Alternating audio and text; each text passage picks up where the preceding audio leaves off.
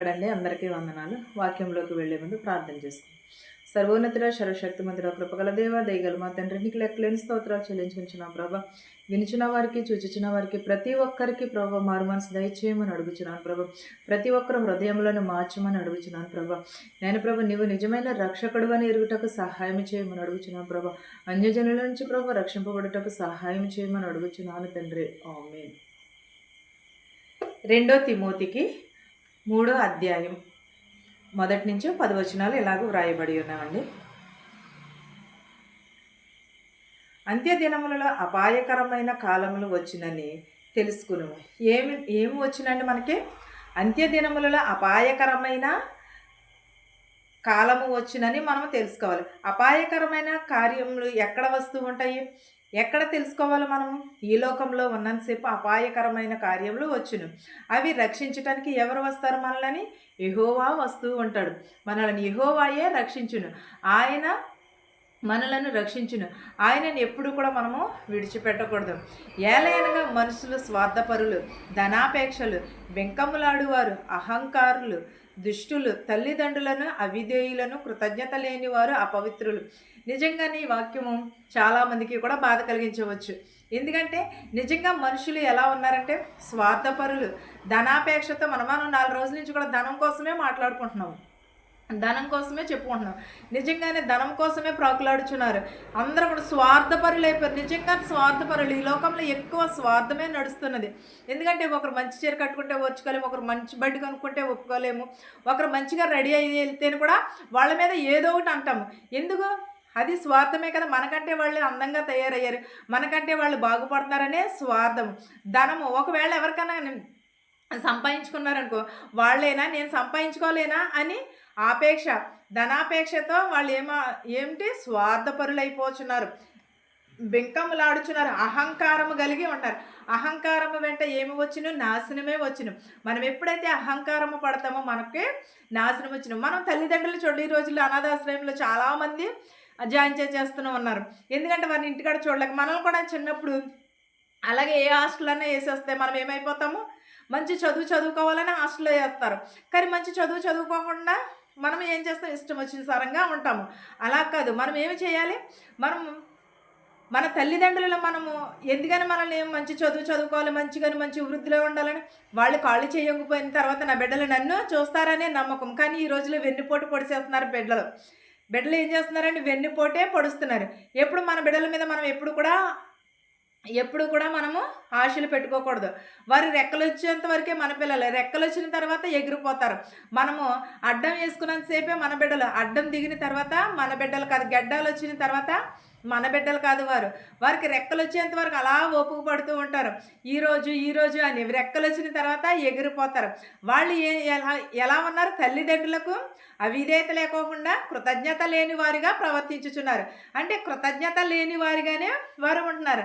అంతేగాని చిన్నప్పటి నుంచి నా తల్లిదండ్రులని కన్నీ పెంచి పెద్ద చేశారనే కృతజ్ఞత వారిలో లేదు. వారి స్వార్థము వారే చూసుకుంటున్నారు. అనురాగ రహితులు, అద్వేషులు, అపవాదులు, అంత్రియేంద్రులు, క్రూరులు, సజ్జనులు, ద్వేషులు. ఎలా ఉన్నారు మనుషులు ఈ రోజుల్లో? అనురాగహీనతులు. అంటే అనురాగంలో ఉండట్లేదు మనుషులు. అతి ద్వేషము, అపవాదులు, అంత్రిత క్రూరముతో ఉంటున్నారు. ద్రోహులు ఎలా ఉంటున్నారని? ద్రోహులు, మూర్ఖులు, గర్వులు, దేవుని కంటే సుఖానుభవము ఎక్కువగా ప్రేమించుచున్నారు. ఎలాగో దేవుని కంటే సుఖానుభవమునే ప్రేమించుచున్నారు. నిజంగానే మనుషులు అలాగే ఉన్నారు. దేవుని కంటే ఏమన్నాడు ధనవంతుడు? నా ప్రాణమా తినుము త్రాగుము సుఖించుము అన్నాడు. అంటే స్తుతించుము అంటే దేవుని కంటే గొప్పవాడుగా మిగిలినేమో కదా, లేదా దేవుడి కంటే గొప్పవాడు అయిపోతాడని అనుకున్నాడు అంటారా? కాదు కదా. వారు తినుతూ సుఖానుభవములతో దేవుని కంటే ఎక్కువగా సుఖానుభవములనే ప్రేమించాడు కాబట్టి తినుము త్రాగుము నా ప్రాణమా సుఖించుము అని అన్నాడు. అదే దేవుని కంటే తక్కువగా తన ప్రాణమును ప్రేమించుకుని ఉంటే ఏమవును? స్తుతించుము అని అనినేమో కదా. మనము కూడా అలాగే ఉన్నామా? ఒకసారి ఆలోచించుకుంటున్నామా? మన ప్రవర్తన ఎలా ఉంది, మనం ఎలా ఉన్నాం? ప్రియ సహోదరులారా, ప్రతి ఒక్కరము కూడా మన నడవడికను, మన ప్రవర్తనను మనము జాగ్రత్తగా చూసుకోవాలి. పైకి భక్తి గల వారి వలె ఉండు, దాని శక్తిని ఆశ్రయించు వారునై ఇందురు, ఇంటి వారికి విముక్తుడవై ఉండుము. ఎలాగో పైవన్నిటిని కూడా మనం అనుసరించేవారుగా ఉంటున్నామా? ఎలా ఉంటున్నామో అందరం కూడా పైవన్నిటిని ప్రేమిస్తున్నారు, ఆశ్రయిస్తున్నారు. కానీ దేవునిని ఎవరును కూడా ప్రేమించట్లేదు. పైకి నేను భక్తిపరురాలిని, నేను చాలా భక్తిపరురాలనే అని అంటున్నారు. కానీ అంతా కూడా వేషధారణే. పైకి మాత్రమే ముసుగేసుకుంటున్నారు. పైకి మాత్రమే వేషధారణ కలిగి ఉంటున్నారు. పైకి మాత్రం నటన అనుభవం. కానీ దేవుడు పై రూపమును చూస్తాడా, లేకపోతే హృదయమును చూస్తారంటారా? దేనిని చూస్తాడు దేవుడు? హృదయమును చూస్తాడు. మనుషులైతే పై రూపమును చూస్తారు, కానీ దేవుడు హృదయమును చూస్తాడు. పైకి భక్తిపరులాగా ఉన్న దేవునికి మనము ఎలా ఉంటున్నాం అనేది మనకి తెలియకపోవచ్చేమో. దేవునికి మాత్రం ప్రతీదీ కూడా తెలుసు. చాటు మరుగైనది ఏది కూడా లేదు. ప్రభావితులై నానా విధములైన దురాశల వలన నడిపింపబడి ఎల్లప్పుడూ నేర్చుకునిచున్నాను. ఎలాగో పాపభరితులై నానా విధములైన దురాశలను నడిపింపబడుచున్నారు. అంటే పాపభరితులైన వారిని, నానా విధములైన వారిని దురాశల వలన నడిపింపబడుచున్నారు. ఎల్లప్పుడూ కూడా నేర్చుకునుడి. ఏమి నేర్చుకోమని అంటున్నాడు? దేవుని స్తుతించుట, మంచి నడవడిక, మంచి ప్రవర్తన, వేషధారణ వలె కాకుండా నీతిమంతురాలుగా ఉండుట ఎల్లప్పుడూ కూడా నేర్చుకోమని చెప్పుచున్నాడు. సత్యమైన అనుభవ జ్ఞానమును ఎల్లప్పుడూ పొందలేని అవివేక స్త్రీల యొక్క ఇండ్లలో చొచ్చి వారిని చెరపట్టుకుని పోవువారు వీరిలో చేరినవారు ఎవరు?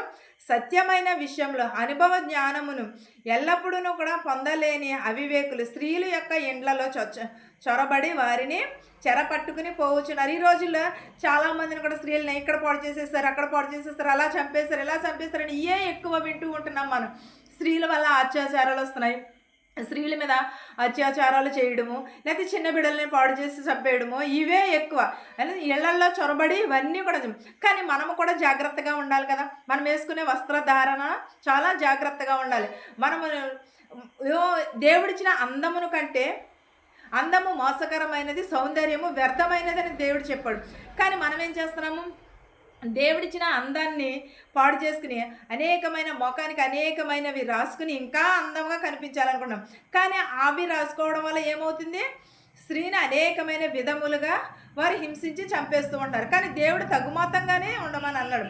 స్త్రీలను చెరపట్టుకుని పోవువారు వీరిలో చేరినవారు. అంటే దేవుని యందు మనము దేవుడిచ్చిన అందానికంటే ఇంకా అందంగా కనిపించాలని వేషధారుల వలె ఉంటున్నాం. ఎబ్రియా అనువారు మోషేను ఎదిరించినట్టు వీరు చెడిన మనస్సు కలిగి విశ్వాస విషయములలో భ్రష్టులై సత్యమును ఎదిరింతురు. ఎలాగో హెబ్రియే అనువారు మోషేను ఎదిరించారంట. ఎదిరించి చెడు మనస్సును కలిగి ఉన్నారు. తల్లిదండ్రుల మాటలకు ఈరోజు ఎవరు కూడా విలువ ఇవ్వట్లేదు. విలువ ఇవ్వకుండా వాళ్ళు చెడిపోతున్నారు. తల్లిదండ్రులకు విలువివ్వక వాళ్ళ జీవితాలను వాళ్ళే నాశనం చేసుకుంటున్నారు. విశ్వాసం మంచి తల్లిదండ్రులు కాదు, ఎవరైనా సరే మంచి చెప్తారు. కానీ మంచి చెప్పిన వారు ఎప్పుడు కూడా ఎవరికి కూడా నచ్చరు.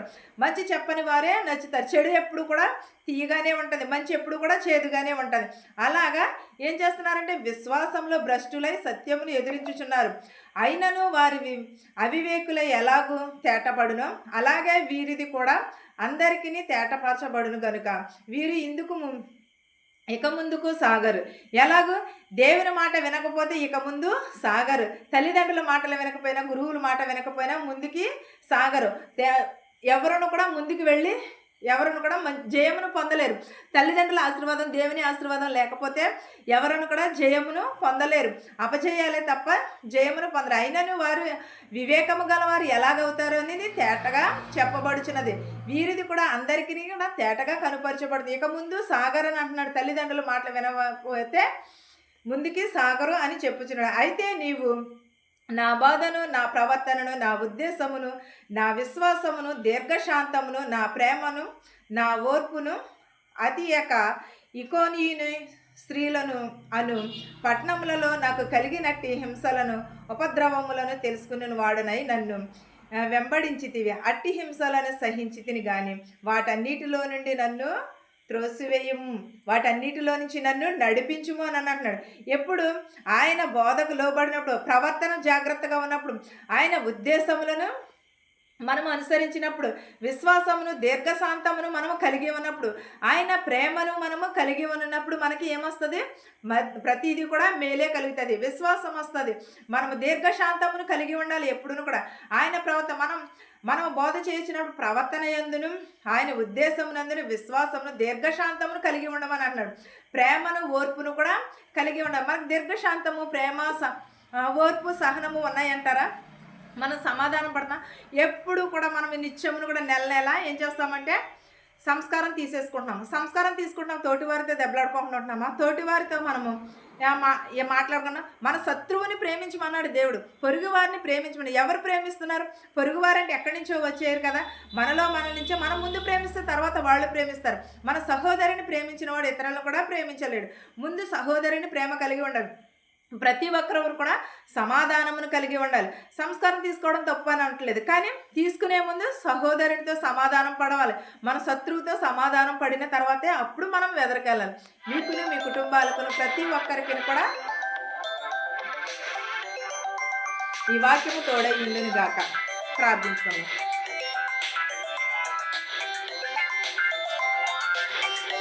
స్తోత్రం స్తోత్రం స్తోత్రం ప్రభా. సర్వోన్నతుడ, సర్వశక్తిమంతుడ, ప్రతికల దేవాన్ని స్తోత్రాలు, మీకు వందనాలు నాయన. నిలిచిన వారికి, చూచుచున్న వారికి ప్రభా, ప్రతి ఒక్కరికి మారు మనసు దయచే ప్రభా. వినుట వలన విశ్వాసం కలుగుటకు సహాయం చేయనాయన ప్రభా.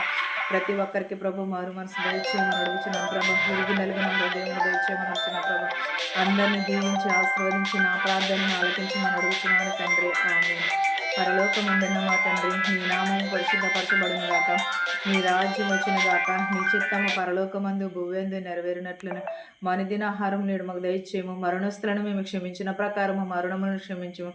దుష్టుని నుండి, శోధన నుండి తప్పించము. రాజ్యమును, శక్తియు, మహిమయు నిరంతరము నీవై ఉన్నావు మా తండ్రి. నిలిచిన వారికి, చూచుచున్న వారికి సదాకాలము నీ కృప తోడై ఉండును గాక. ఆమేన్. అందరికీ వందనాలు.